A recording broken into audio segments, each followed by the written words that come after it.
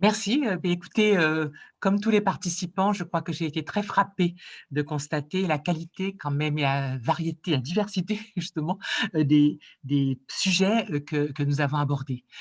Et les quelques points qui m'ont, marquée, d'abord, on a beaucoup finalement évoqué le continuum qu'il y a entre des représentations mentales, une éducation et des comportements qui peuvent être, critiquables ou discriminants. Et c'est vrai, que, par exemple, quand on a parlé, je pense que c'est, l'UNEAP, de, la présence des filles, dans, les études et dans des responsabilités dans certaines écoles, eh bien, c'est tout à fait, le signe que nous avons encore à déconstruire un certain nombre de représentations mentales qui font que les femmes ne se sentent pas à l'aise dans certaines fonctions, dans certaines,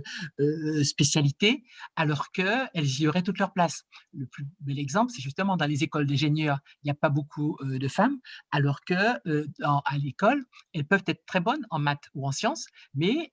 peut-être qu'elles ne se sentent pas légitimes à aller, dans ces voies-là. Et par conséquent, on voit bien, qu'on a, à travailler sur un certain nombre de représentations que se font, nos concitoyens, des fonctions et des, places respectives des uns et des autres. Il y a aussi, dans, ce qui a été dit,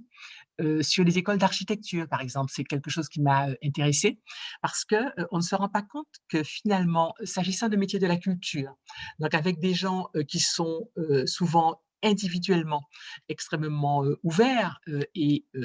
progressistes intellectuellement, eh bien, finalement, ce sont des métiers qui sont encore extrêmement fermés. Et par conséquent, et justement avec, des attributions de rôle qui sont, plutôt, stéréotypées. Donc là, il y a toute un effort à faire et peut-être une connaissance à donner, aux jeunes si on veut démocratiser l'accès à ces métiers parce que, conservateurs du patrimoine, ce genre de choses, beaucoup de jeunes ne savent même pas ce que c'est et par conséquent, démocratiser ces fonctions-là et ces métiers-là et démocratiser la manière dont c'est, exercé, ce serait aussi quelque chose qui ferait tout à fait progresser notre société. S'agissant des représentations, je crois qu'on a terminé par un aspect extrêmement important. Il faut savoir qu'ici, aux défenseurs des droits, nous sommes beaucoup saisis sur ces questions de harcèlement.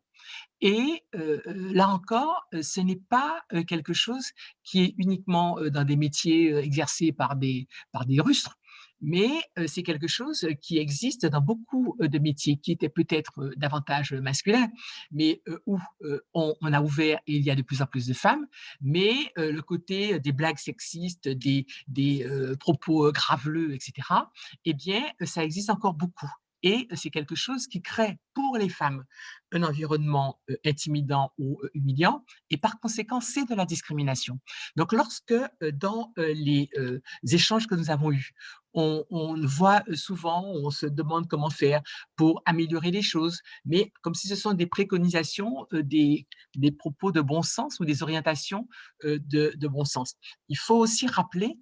que ce n'est pas seulement de la bonne volonté, qu'il y a une loi qui existe et par exemple, les propos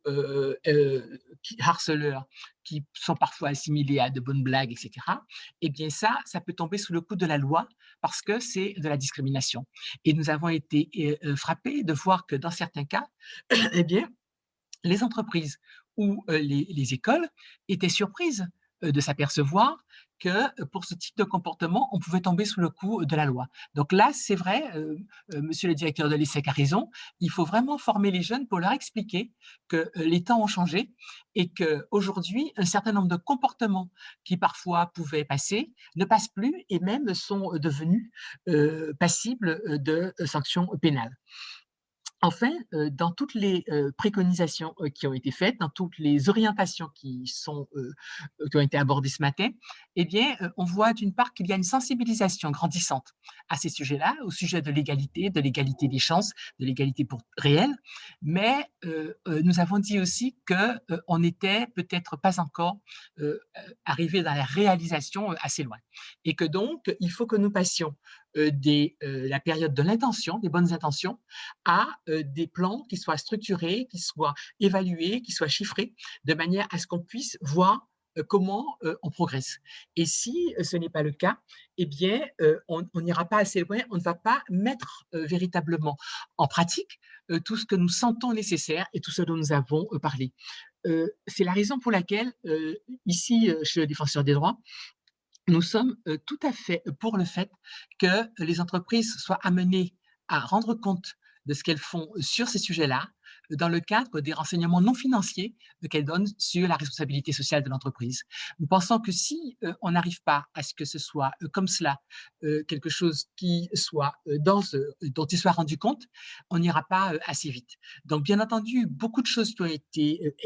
abordées sont importantes. Pour beaucoup de choses, ce sont des pistes qui nous permettront de changer les choses. On a parlé notamment sur l'égalité homme-femme, on a parlé du handicap, et on voit bien qu'il y a beaucoup de choses qui sont en train d'essayer de se mettre en place. Mais si on veut que les choses changent réellement, il me semble qu'il faut bien se rendre compte qu'il faut se dire que c'est pas seulement de la bonne volonté, mais une obligation légale, et que par conséquent, il nous faut mettre sur pied des plans structurés qui soient évalués régulièrement, et donc non seulement dans les écoles, qui sont, comme vous l'avez dit, l'antichambre des entreprises, mais aussi dans les entreprises. Et par conséquent, j'espère que des réflexions comme celles que nous avons eues ce matin, des échanges comme ceux que nous avons eus ce matin, nous permettront de progresser significativement. Parce que, comme on l'a dit, ce n'est pas seulement pour des principes, ce n'est pas seulement pour les personnes concernées qui sont touchées par une inégalité de traitement, mais c'est aussi pour enrichir la société tout entière qu'on a besoin de faire en sorte que chacun prenne toute sa place, exerce pleinement ses responsabilités, s'épanouisse, et que ça, c'est un bien, c'est ce qui montre que notre société est une société développée, une société démocratique. Voilà ce que je pense. Merci.